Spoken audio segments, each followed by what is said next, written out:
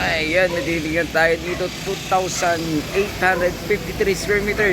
Napaka lapit sa bayan.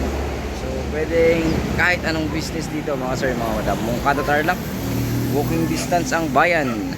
Ayan po yung bayan, no.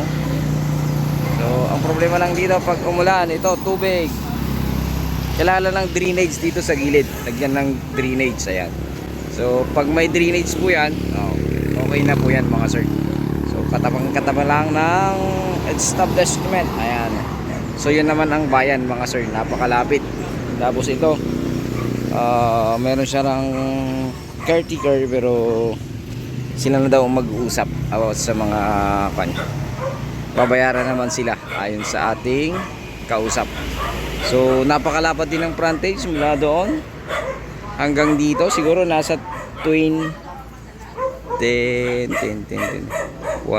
3, 6, 9, siguro nasa 18 meters below mga sir, mga madam, itong frontage nya. So malapit lang, ay napakaluwang naman. So meron siyang avocado, ayan, avocado santol. Ay, hindi pala avocado yan, duhat. Duhat pala yan, duhat.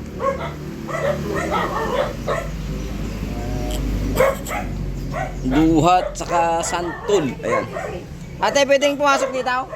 Sige, kumita ka lang doon.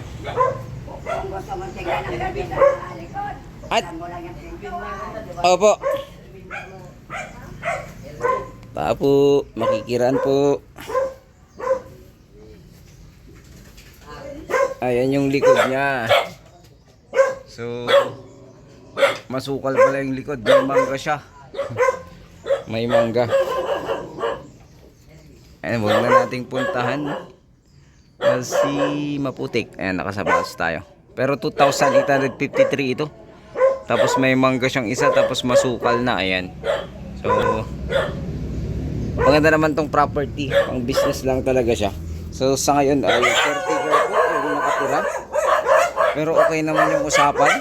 Tatanggalin naman itong bahay basta mabayaran po sila mga sir. So duhat din to, duhat din. So yung presyo lalagay ko na lang dito kasi tinatawagan pa namin yung may-ari or yung makakausap natin para sa property na ito.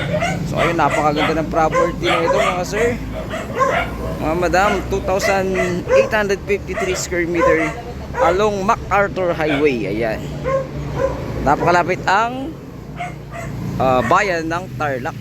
Napakaganda mga sir. Ayun, ito po ang lingkod, Agent Joel. God bless you all.